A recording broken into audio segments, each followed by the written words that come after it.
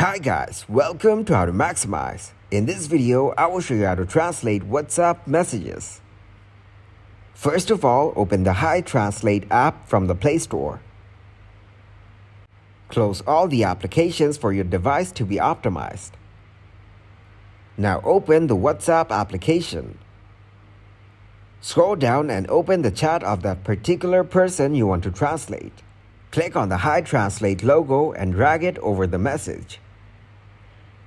As you drag the magnifying glass, the message has been translated. Now go back and open Hi Translate. Select the language and change it to any other, for example, Chinese. Now drag the magnifying glass on the message and it will be changed in Chinese language. That's how you can translate WhatsApp messages. Thanks for watching and please leave a like, subscribe and share.